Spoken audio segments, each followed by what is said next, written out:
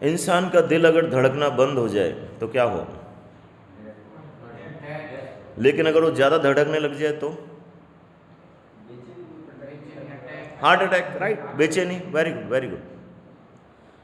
एक औसत व्यक्ति की, मनुष्य की पल्स रेट या धड़कन कितनी होती है? Very good, 72।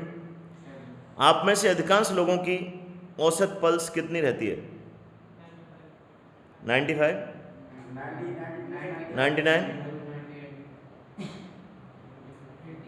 80, 100।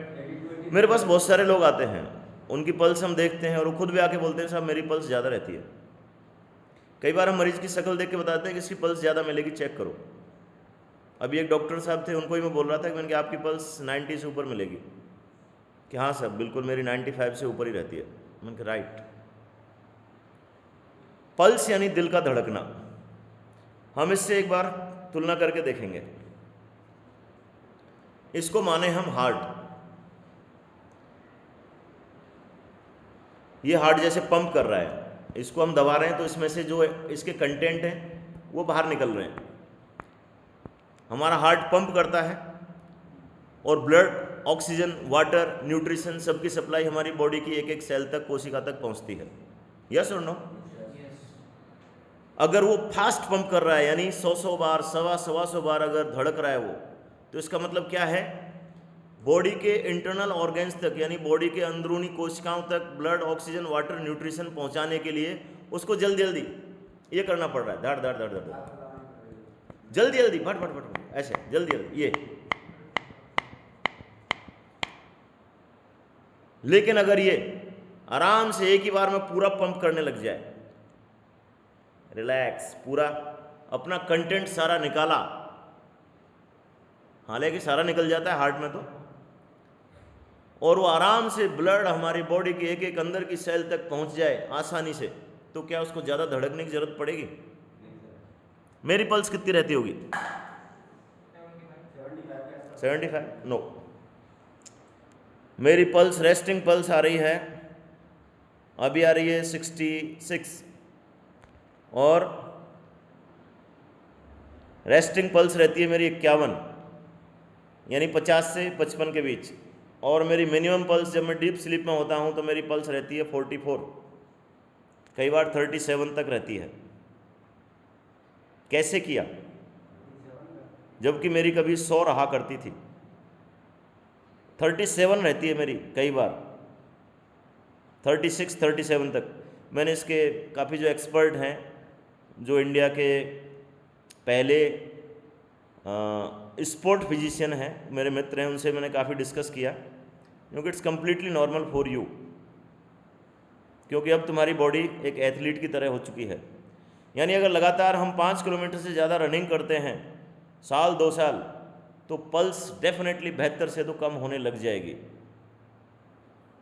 दूसरी एक मैं प्रैक्टिस करवाता हूँ ब्रीदिंग की। ब्रीदिंग यानी सांस, मैंने आपको भी करवाई है, कुछ लोग कर रहे होंगे, कुछ लोग नहीं कर रहे होंगे। अगर हम डीप ब्रीदिंग करें 5 मिनट के लिए, 10 मिनट के लिए, 15 मिनट के लिए, और डीप ब्रीदिंग कैसी हो?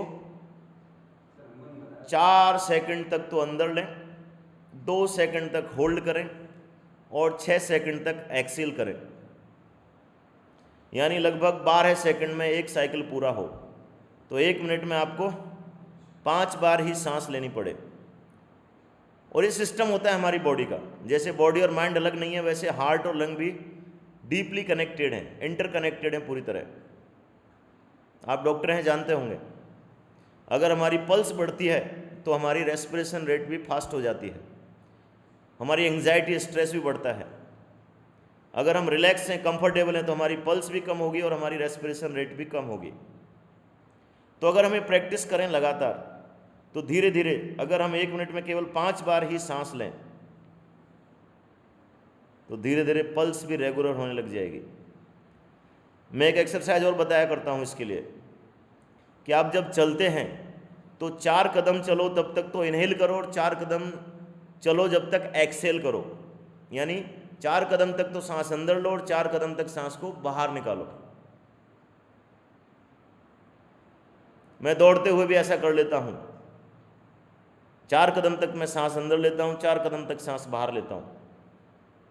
हालांकि लगातार नहीं होता, 10-15 मिनट ऐसे ही करता हूँ, बाकी टाइम मैं यूजुअल जैसे जॉगिंग हो रही है वैसे करता हूँ। तो इस तरीके से मेरी पल्स इतनी रेगुलर हो गई है। और आप सभी लोग भी अगर अपनी पल्स को रेगुलर कर लोगे तो आपकी एंग्जाइटी, आपका टेंशन, आप लोग पूछते होंगे ना कि दिन भर इतने काम करने के बाद भी आप रिलैक्स रहते हैं, कंफर्टेबल रहते हैं। कई बार पूछते हो ना तुम लोग कि आप इतने एनर्जेटिक कैसे रहते हैं? क्योंकि मैं रिलैक्स रहता हूँ, मैं कंफर्टेबल रहता हूँ। परेशान कौन होता है जिसकी धड़कन साला थोड़े थोड़े बात पे भड़ भड़ भड़ भड़ भड़ भड़ हो रही है? थकान जल्दी होगी। तो आप एक्सरसाइज करना चालू करें और देखें आपकी पल्स धीरे धीरे रेगुलर होने लग जाएगी।